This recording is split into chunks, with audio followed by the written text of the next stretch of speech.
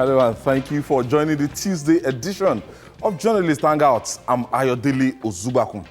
Today on the program, military, police trade blame over missing Dapchi schoolgirls as President Buhari promises to free the girls. And later on the show, INEC says it stands by its election timetable. I'll be hanging out with Babajide Kolade Otitoju and Wahid Bakare. So if you are ready, let the hangout start now.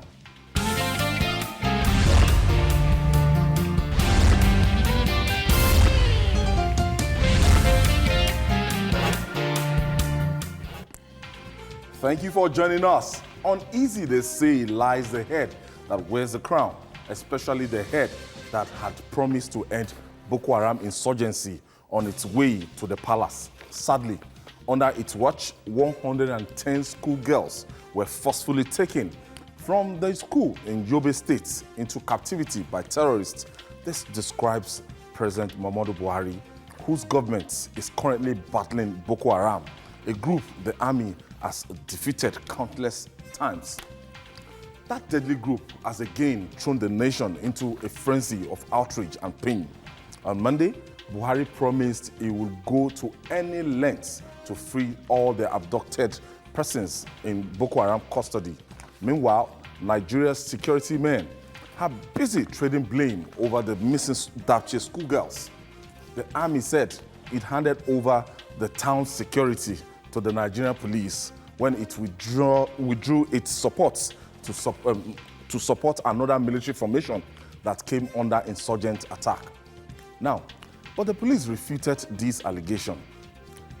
Where are the missing Dapchi schoolgirls? I guess that is the underlying question, because this bulk passing back and forth, it's so unnecessary.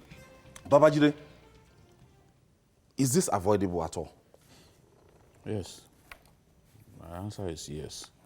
And I want to tell a story that 99.9% of Nigerians had not heard before.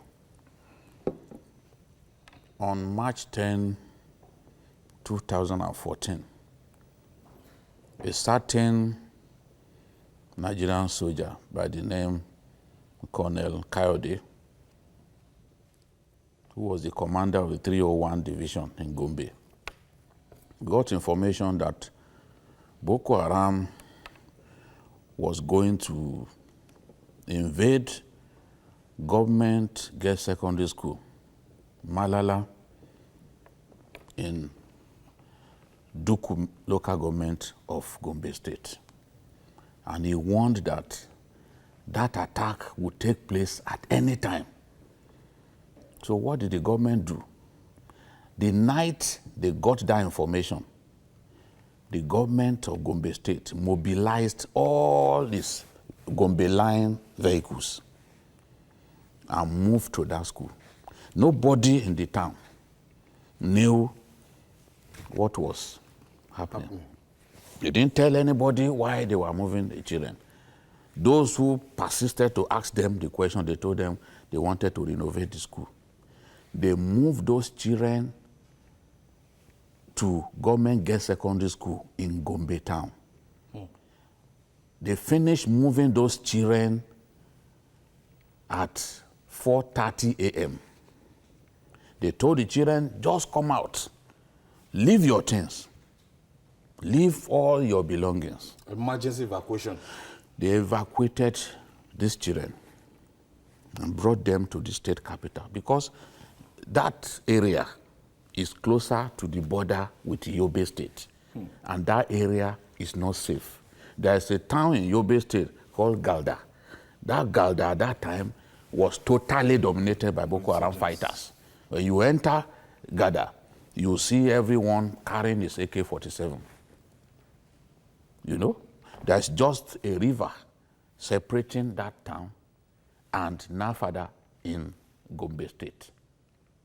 So you will notice that even before the election, Gombe was one of the states that the military had to try to chase Boko Haram out of them so that we can have elections. Gombe is close to Adamawa too. Yeah, because they were always going to Bajoga You know that we have this Ashaka cement. They once went to Ashaka. They wanted to steal explosives. You know, they were always going to those areas. So the point that I'm making is they evacuated all those girls. Before. Because we got information that it will happen anytime. Now, when Boko Haram could not carry out that attack, could not kidnap those girls, they moved to Borno State and carried out the kidnapping. Okay. No, it's the same year. I'm talking about March 10, 2014 okay. to April. By April, they went to Chibok and kidnapped those girls. Because what were they looking for? Places where there's not much security, where they can easily escape once they've taken the girls away. You know? And this town now, Dapchi, fits that kind of narrative. Despite the fact that Yobe State is one of the crisis-prone states of Boko Haram. Yes, because the biggest disservice we've done to ourselves is to imagine that the enemy has been defeated. A lot of these places you drive through, you don't see security anymore. I've been to Yobe at least in the last 1 year. I've been to Yobe at least 3-4 times. I know what I'm talking about. I enter Sambisa through Goniri in Yobe State. So I know the level of security in those areas. We have relaxed. And the enemy can see clearly that we have relaxed. Because we continue to hail us, oh, we've defeated them. Oh, they cannot do anything again. They can't launch military-style attack again. They can only attack soft targets. Lies.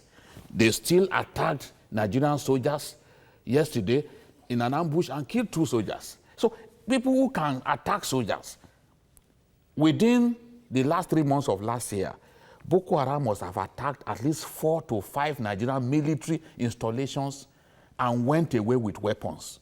So a fighting group that can take the battle to the army, they did it in Sasawa, killed about 18 soldiers. If a fighting group that can take the battle to the army and take away weapons, gun trucks and the rest, does it make any sense to say the enemy has been defeated? And we involve in semantics.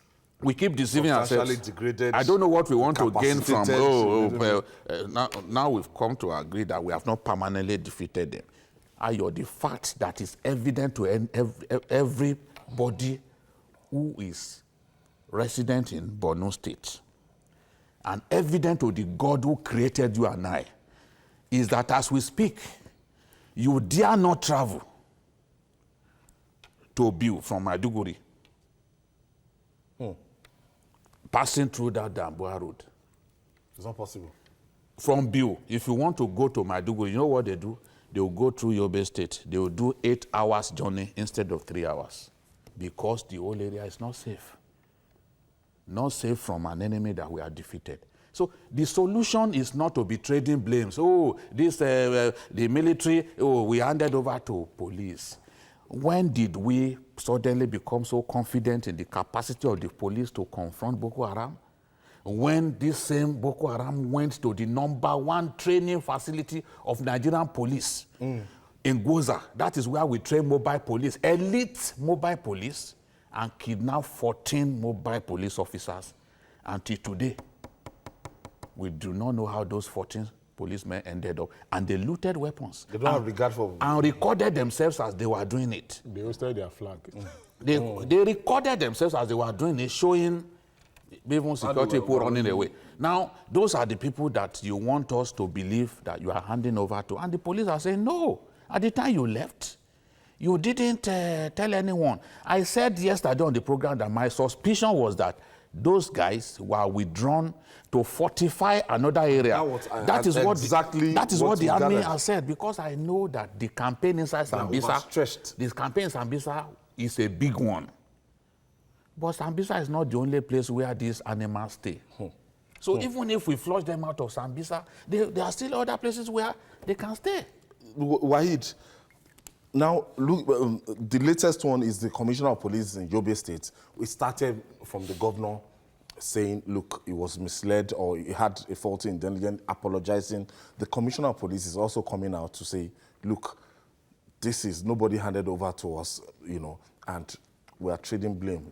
because that shows that in America, after 9/11, the FBI, CIA, the Homeland, everybody, they weren't exchanging intelligence before that time.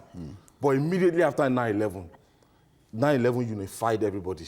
CIA and FBI, they were exchanging intelligence just to achieve a common front. So from 2001 till this time in America, you can see that apart from the local terrorism that somebody, a madman, will walk into a school and shoot people and everything, they've not succeeded in carrying out, that kind of dastardly attack they did, in 9/11. So what are we saying now? We have government agency, security agencies now trading blames. If you recall, Ayo, when I appeared on this program last, about 2 weeks ago, I did say that, I did talk about 9/11, that after 9/11, prior to 9/11, FBI, what's the other one now? CIA. They were working as secret agents. In fact, that was what they were expected to do. But after the 9/11, they came to realize the fact that intelligence sharing can go a long way to fight terrorism. Because terrorism is not, for God's sake, it's not like conventional war. We have said it times with that number here. You can see the barbaric acts that terrorists usually carried out. Look at ISIS. There was a time a man that was called John Jihadi or whatever. Jihadi John. He was the one that was beheading people. They feel good about it because the aim of terrorists. Burn people alive.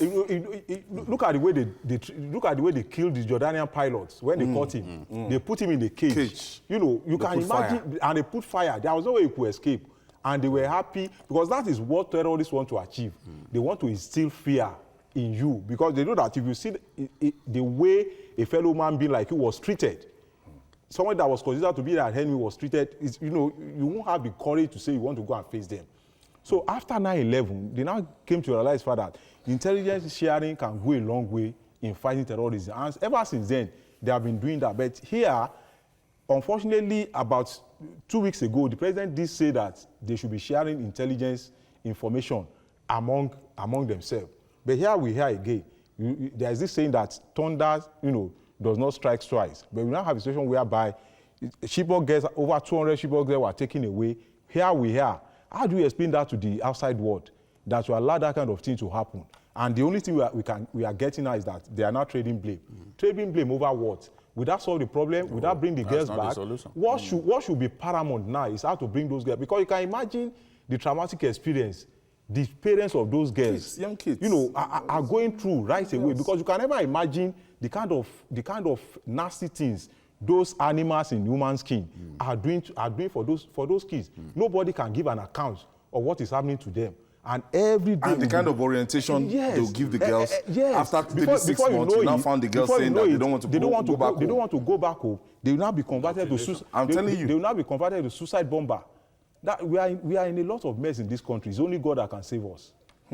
Babajide, when you look at the angle of government, the military, because we said it yesterday, and the military should not be playing much of politics when talking in terms of propaganda, talking in terms of information dissemination.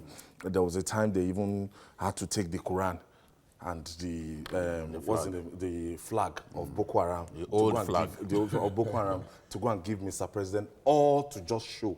And Mr. President even went outside the country. It's the intelligence they give to him. It's this thing that to even declare that it's all over. But from all indication, from what we are saying, those attacks here and there, nobody can say in good faith now that it's over. And you've been saying it in the last 1.5 years, that this campaign, government should not rejoice, they should not rejoice. Technically defeated, degraded, substantially degraded, immobile, any adjective you want to use for it, it has now been proven that, look, for people to organize to pick 110 girls and attack military formation, you can't say they are impotent again. No. It shows that they are organized. They are not as disorganized as we try to portray. They gather intelligence. They gather intelligence. And any operation that will involve moving that number of girls must have been planned for weeks or even months. Where they are going to put them? Yes. First stage, They will have second stage, made all if they are that plan. splitting them? They will have made all that plan. And they like to laugh at us. When we went to the president to present the Quran and the old flag, because I said it, that immediately Boko Haram became affiliated to ISIS. Their flag changed. They started using the one with the white ring. The old flag, disused, abandoned flag, was what we took to the president to show him. This is a president that some of these people who work with him enjoy misleading him. It was the same way they were misleading him over the fuel scarcity, and he came on national television to say it was caused by hoarding.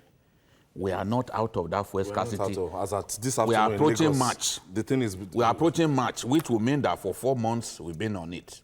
So if it is a hoarding, is it supposed to last that long?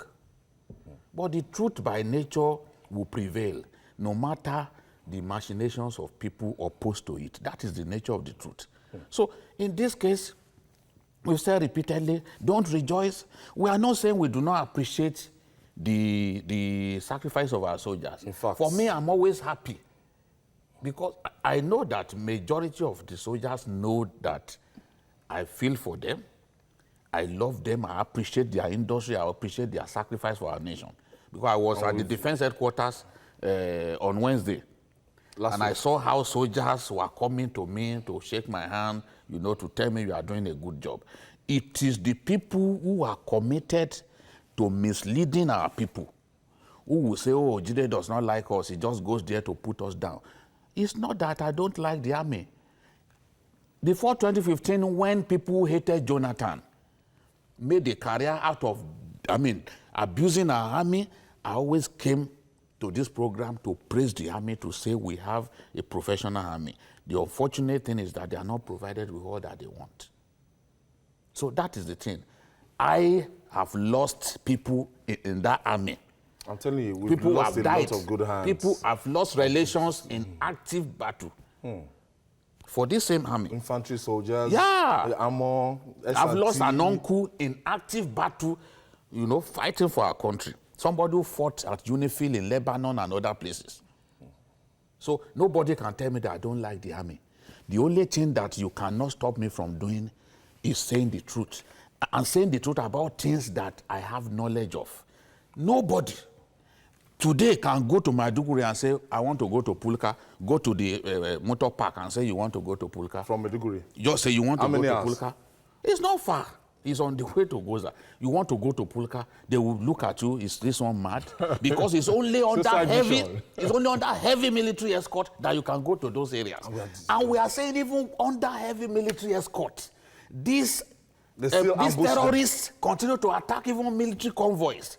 How did they take away those women, those 10 women that were released recently? With the lecturers. They were taken away under convoy, military convoy. They attacked the convoy. They attacked the convoy and took That them means away. they were overwhelmed. Look, the strategy, they know what they do. They will plant IEDs on that road. Once there is confusion, they attack the middle of the convoy. Because you put soldiers in front and at the back. And these convoys are usually long. You need to see, I have a video, you need to see a convoy of people moving from Relief one town. materials, Yes, some of them UN. traders going to buy stuff at the other. You need to see how long it can be. So Boko Haram has found a way to attack those convoys and achieve their aims. So this is what we are saying.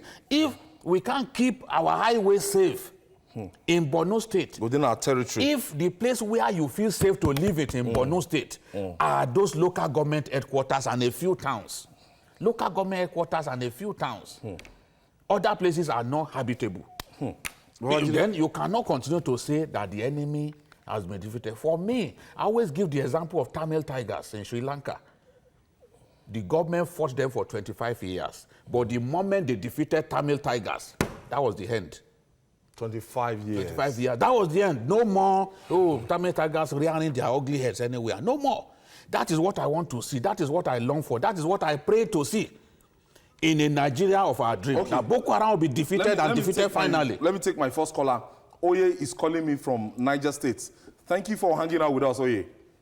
Good evening, Babajide. Good evening. I greet you. Yeah. In fact, I have to tell you that extremely overwhelmed with today's topic. Okay, go ahead. Good evening to the panelists there. All right, Oye. I have to confess with that I'm extremely overwhelmed by the input of Babajide this evening. Honestly, if I have any cause to even doubt Babajide in what he has been saying, but today, in fact, he has painted the right picture of what when that issue happened, I was in Malala in Gombe State. In fact, the scenario Jide painted was exactly what happened. I was a disengaged pastor, so I've had cause to work in Badioga, Duku, Malala, and others. In fact, what Jide said was perfectly true. Coming to the issue at hand, you see, it's unfortunate that you have a weaker network, a security network in Nigeria. Sorry about it, and there's nothing we can do about it. The only solution I can only provide is that we just need to adjust and build up on our weaker security network so as to forestall future occurrence. Because the Nigerian said this is not time for us to start trading blames. We can, if we know that the soldiers are there and they cannot contain, we can even employ the service of these local security people, what we call Yambangers and others, if the police cannot even meet the activities of these just at the board. Dide, in fact, you are a perfect journalist. I was happy with what you said. In fact, it was extremely true. Thank you very much. Thank you, Oye. Thank you. These are Thank places you that for I your, go to from time to time. Contribution. So moving forward, when you look at the way what Jide has described now and what we are to do, now all hands must definitely be on deck. The Air Force, Army, everybody, they must come together, share intelligence, cooperate, even police should be part of it. So anybody, and relate with even the civil societies of the community, if anybody sees anything or any movement, because to move 110, somebody would have seen somebody, that would have seen somebody. Developed countries, their police, it's not as if they are perfect, but they rely civilians who provide information. Yes. Somebody would have seen something passing somewhere. They didn't put them in an airplane and they didn't fly them. So, level of cooperation. You know, why the whole thing is even annoying is that you will recall that before they took on the girls, Shekau released a video whereby he claimed that he was tired of blood, yes. You know, he doesn't want to kill. And Sarkida, that journalist, yes. that has the hairs of Boko Haram, did one through his Twitter and that. Don't relent. Mind game. Don't relent. So it showed that something sinister is about to happen. Yes, he did raise the alarm. He warned us that don't be deceived by what you saw in that video. That is very sure that they are planning something sinister and they will carry it out soon. So for somebody, a lot of people interpreted the, you know, for Shekal's maybe if he had known, he should have surrendered now. Maybe he's weak. It's a ragtag army. They are hungry. They don't have what to eat. They cannot sustain it. And because of that, you went to sleep and you allowed that kind of thing to happen. It's quite shameful. But it has happened. The only thing now is, what's the way out? The only way out is for them to go all the way out and make sure that they get those girls back. Because how they do it is their business. It is not for us to do. It is their job. So they should cooperate. Instead of this blame game that they are playing, they should cooperate. They should share intelligence. Like you rightly said, people saw them when they were being taken away. There was nothing they could do. There was nothing they could do. Some of the community said investigation now. Something will lead to something. Some of the community said they heard those girls crying while being taken away, but there was little or nothing they could do. Nobody would want to. It will amount to a suicide mission. If you say you want to, went like this. But you also recall that some of the girls also escaped.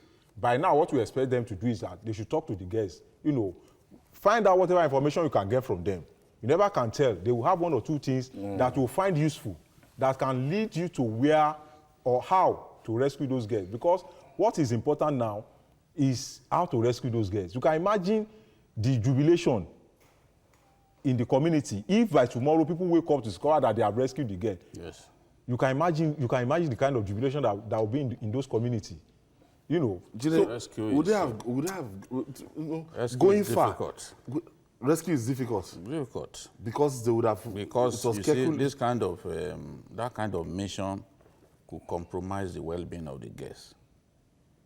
If you storm the place, Commando-like. military, in a military fashion, we could lose some of those girls. course. The army said that even with Chibok girls, that look, they've tried, sometimes they will see where they are. They will see have where climbed they more are, than 50, yes, using more than 60. the Air Force reconnaissance aircraft. They will locate where they are. But how do you pick them from where they are? Taking them away is even, it has to be a very big operation because of the number of the people. By the time you are moving trucks, a long convoy of trucks that will move them, they will know you are coming. And they will do it in such a way that all of those guests, their lives will be in danger. So I guess that is why our government has resorted to negotiating with the terrorists. Some people are attacking the government for negotiating with terrorists. If members of their families were involved, yes. I know that they will not be talking that way. It's not easy. You can't militarily just take, especially when they've had about a week, you know. Let's start. Yes, about a week to keep those guests where they believe are safe. It's not easy. Relocated. And they always do something. Terrorists have learned not to put their prized assets in one place. As we speak today, the Mama Noor faction of Boko Haram has some Chibok girls. That is the faction that the ISIS made Abu Musa Babanawi's leader. You know, Mama Noor is the real leader, is a politician, is an older person. Now, the faction led by Imam Abubakar Shekau, as he likes to call himself, Imam, also has some Chibok girls. The first time the Nigerian government wanted to secure the release of Chibok girls using a third party, it was the exchange was supposed to take place between Mafa and Dikwa. Everything was ready. Like what we watch in American the films. other group came. The other group came and said, no, because you did not put us in the picture, if you exchange these girls, we will go and kill all the Chibok girls in our hands. This is authentic information that I'm providing. At the end, they had to stop that exchange and continue to negotiate. When we secured the release of the first set, the Mama Noor faction announced that it had 81 guests. They wanted us to also come and negotiate with them. To give them money. Yeah. That will keep them liquid. No, how do you then? What you are talking about negotiation, then what is There's it? nothing you can do. What is it? What are you going to give them? You release or their you bombers. preach to them? You can't preach to them. It's the nature of terrorists everywhere. We've given on this program examples of negotiations that governments, like Cameroonian government, had to do with Boko Haram to secure people that they kidnapped. So there's no way that money will not exchange hands. What we need to do is make it impossible for them to kidnap our people in this manner. Okay. All right. It's still Journalist Hangout. We take this breather. When we come back, we'll discuss more. Please stay with us. Don't go away.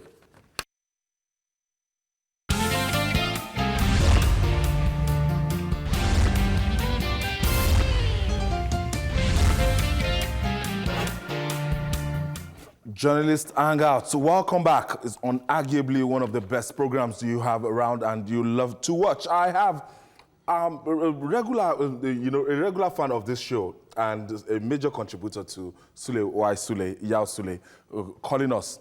Hello, Sule. Thank you for joining us. Yes, Ayo, well done. You see, it is confusion all over. And it's like we do not learn lessons. When these people arrived, it was reported that they were not familiar with the town because they spent some time searching for the location of the school. The residents confessed that they saw them, they were shooting on air inside the town for some time, trying to locate where the school is sited. Now, after they abducted these children, when they started moving, one of their vehicles got broke down, and they took away a vehicle of someone, a canter vehicle, and that person reported the issue to the police in Gaida, and he he informed the soldiers, the soldiers in Gaida, that they took away his vehicle, and his vehicle is not in good shape. If at that time they moved on at that time, they could have rescued those girls. And it was also reported that they moved towards the northern part of Yobe, which borders Niger. So, which means they were not heading to Sambisa. You understand? Which means they were not heading to Sambisa.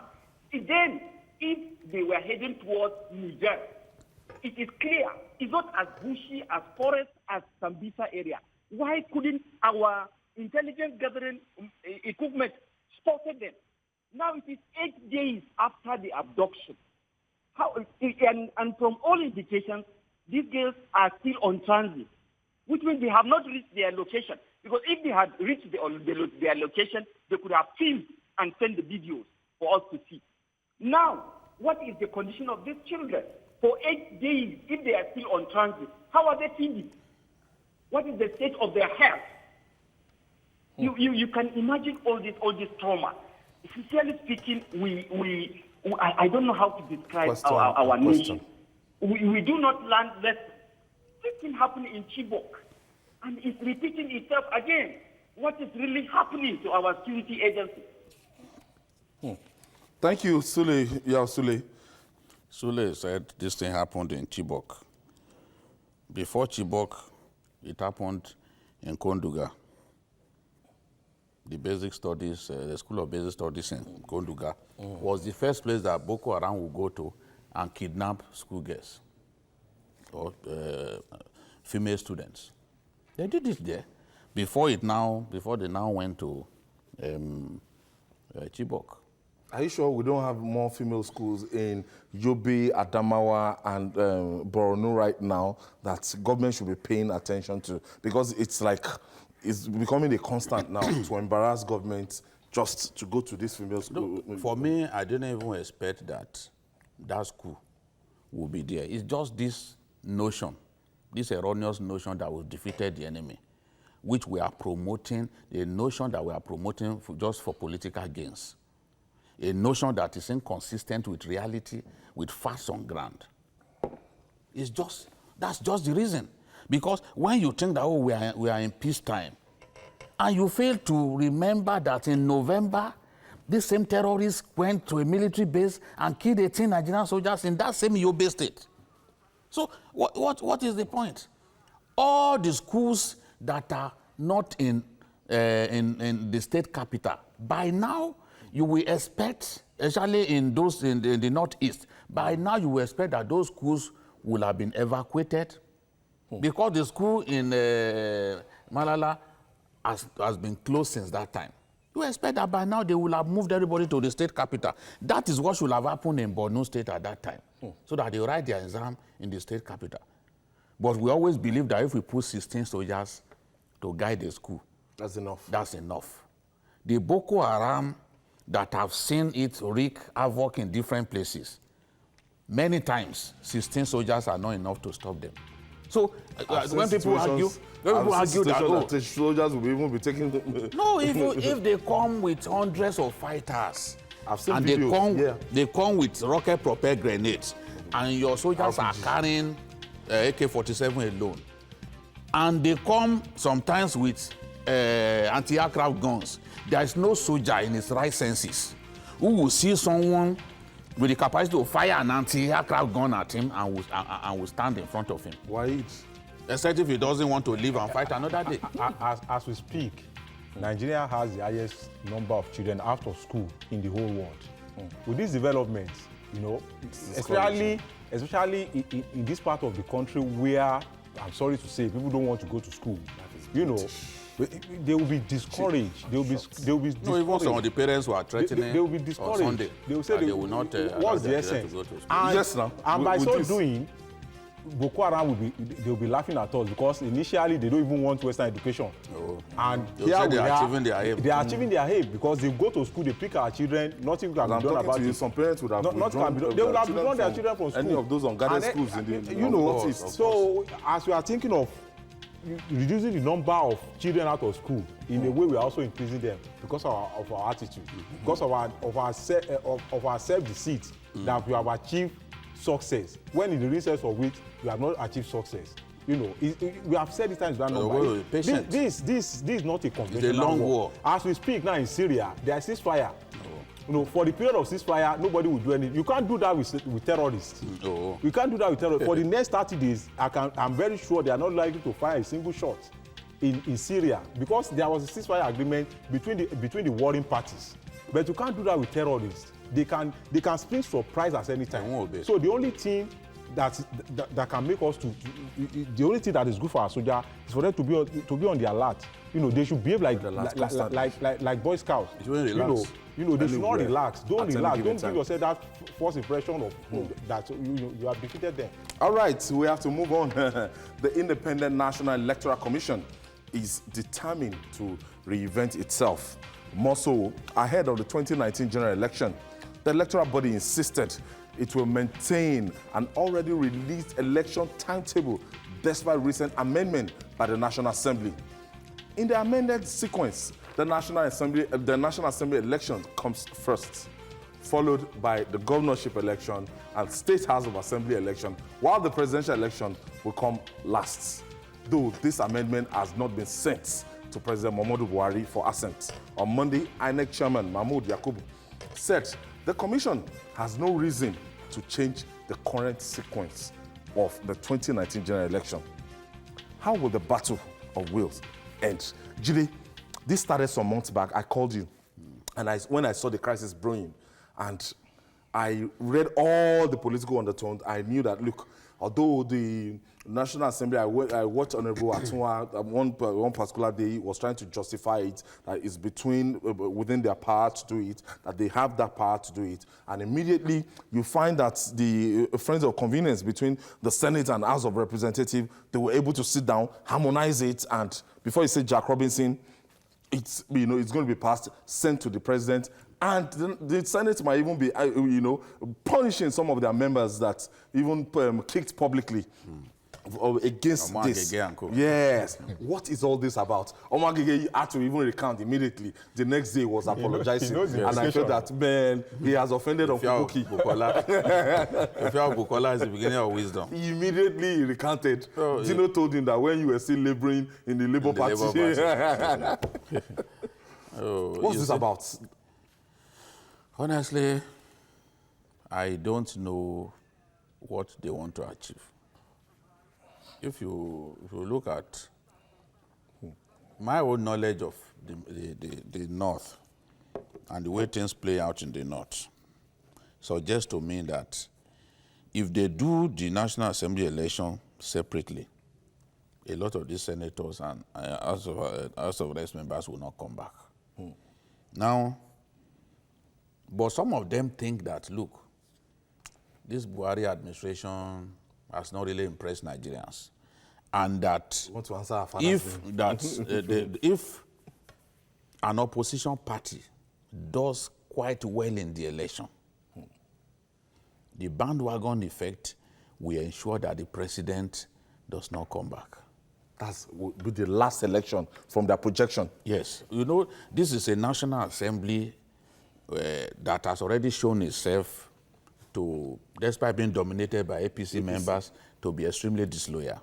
Opposition. You cannot look at people like that in the National Assembly, especially the Senate, the so-called APC members, and say these are people who wish the president well.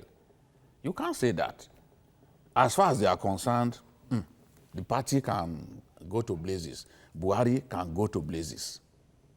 So they are thinking that, look, these people have always felt that that we can't win an election without them.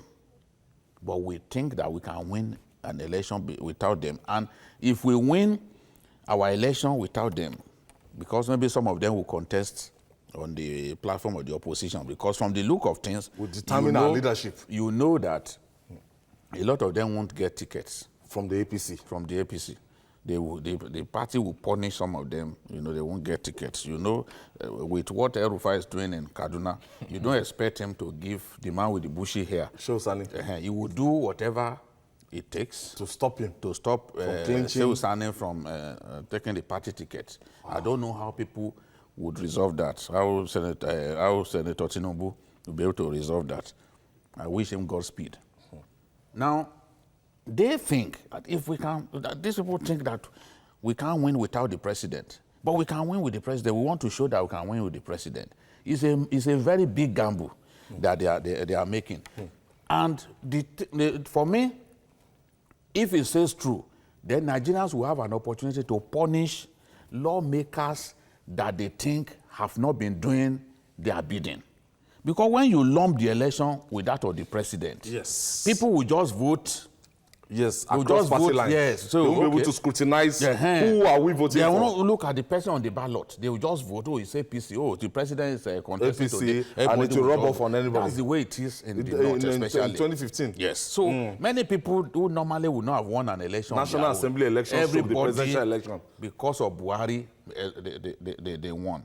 Today, they think that they have come of age. They can contest on their own. I wish them good luck. If they go ahead and Because they said they've sent this thing to the president right now.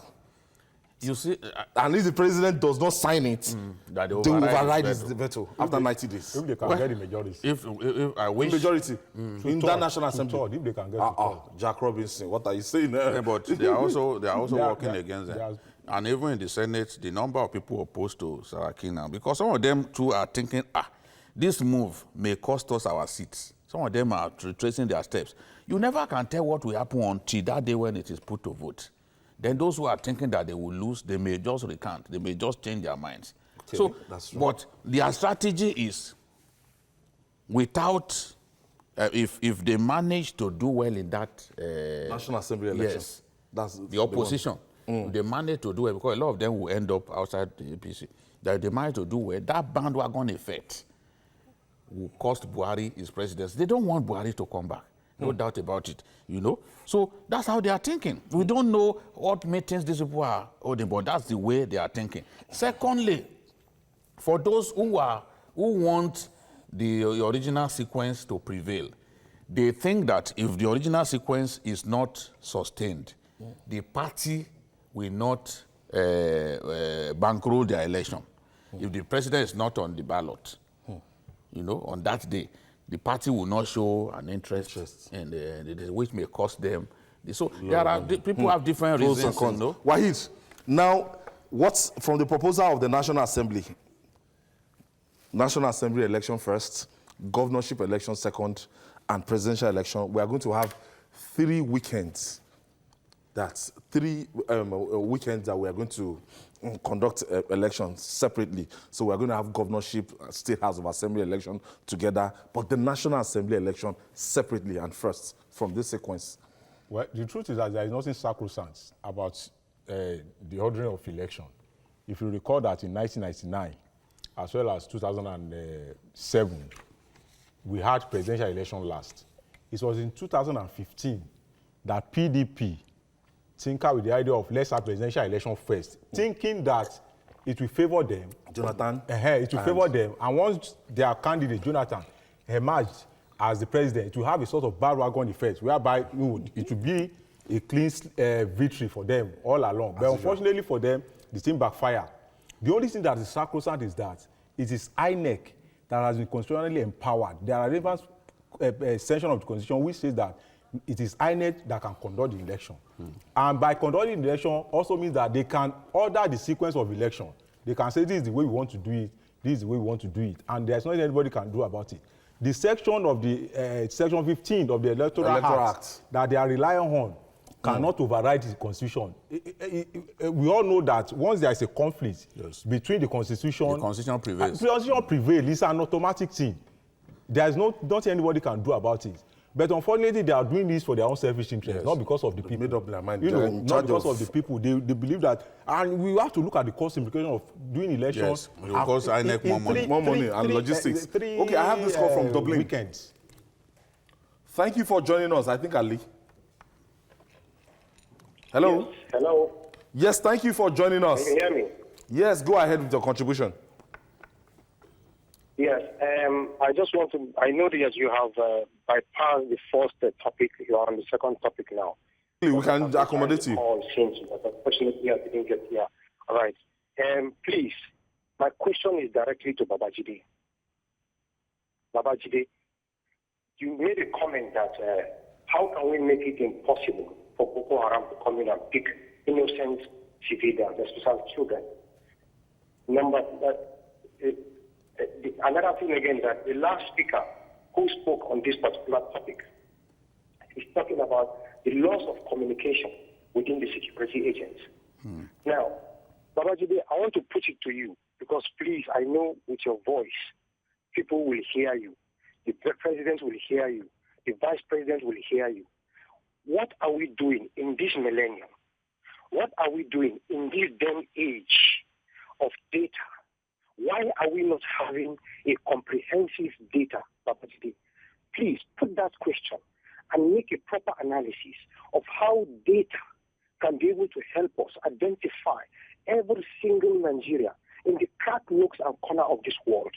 Very importantly, Babajide, please, the only way we can be able to defend our core nation is when a data is being supplied to all the security agencies, that every particular security agency can be able to fight every single crime in that particular country. I think every crack nooks and corner, I think I can get the drift, Ali's drift. Ali is calling from Dublin. And Ali is just imagining what obtains and everything, where everything. So the number, by now we should have all the the photographs of all the girls that are missing, their physical feature, their heights and everything. We should have their data of everyone everybody in our country. We should have data of everyone in our country, everyone in Nigeria, whether they are foreigners or they are not. But it's impossible for us to have it. There are more than 1,400 illegal entry points into our country. I have been to border communities in different states. Border communities with Niger Republic, with Chad. People die anyhow. People come into our country the way they like. Some of the people even posturing as Nigerians, we know they are not Nigerians. A lot of them. A lot of them. In the streets. They say they are Nigerians, they are not Nigerians. We don't have any data capture. We don't have data capture of people, aliens in our country. We cannot even designate this one as illegal. Immigration service are equipped to do that. Let me tell you, in I think 2012 or so, when Boko Haram attacked Kano, the first place they went to was where those illegal aliens were detained. They went to free them before going to bombard the police station and killing policemen, and they went into town. That day they killed more than 200 people. So they knew that there were illegal aliens, people like them, because a lot of people fighting for Boko Haram are not Nigerians. They are Chadians, they are Nigerians. I fear so much for Niger, because I see Niger, I'm sorry to say, as a failed state. Almost a failed Boko state. Haram has active cells in Niger. It's not an allegation, it's what I know. So active cells, and the government in Niger now is saying that it's giving amnesty to Boko Haram. This is a fact. Amnesty, you give them amnesty, some of them will come back into Nigeria to come and kill our people. The solution to stopping them from picking these people is to move people away from those places that are, those schools in the remote areas. We don't have enough soldiers to man every community. We don't have. If you gather all the policemen we have, all the soldiers we have, all the immigration that we have, put everybody together, they are not up to 1.5 million. How do you protect a whole country with that number? It's over 80 million. So, and my argument is even that it is a big risk to say, okay, you put people to guide this place. If they come with 400 fighters, they will overrun whoever you put there. Because it has happened before. Well, so that is the thing. Let's not take the risk of leaving those children in those places that are considered remote. We should just put them in the state capital. Bring them to the state capital. So yesterday I was watching the Borno governor. You need to see the beautiful mega schools that governor has built.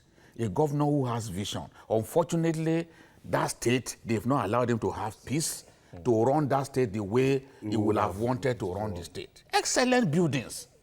but he can't replicate those buildings in many any parts. local government outside Outside the state capital and Maiduguri, nowhere else that he can take the risk of going to, because nobody will even go and stay in those schools. Those areas are not safe. So it's unfortunate. Wahid, let's go back to INEC.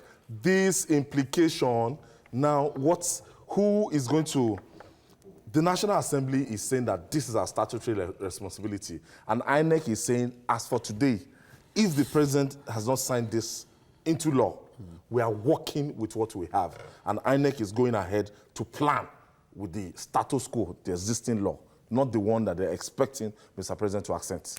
Well, I think the National Assembly will eventually lose, whether they like it or not, because there was a similar scenario. Sure? It's like, yes, that's why I said it's likely that, you know, there is a similar scenario at the Court of Appeal, you know, yes. Under President Obasanjo, you know, when he refused to assent to that bill, they vetoed him, and they were able to get the required two-thirds majority, and they vetoed him. But INEC went to court, and when they got to the High Court, they won. They proceeded, National Assembly proceeded to the Court of Appeal. And the Court of Appeal said that you have done the right thing, National Assembly, there is no doubt about it. You have also acted within your power. What you have done is okay. But unfortunately, it is in conflict with the requirement of the Constitution.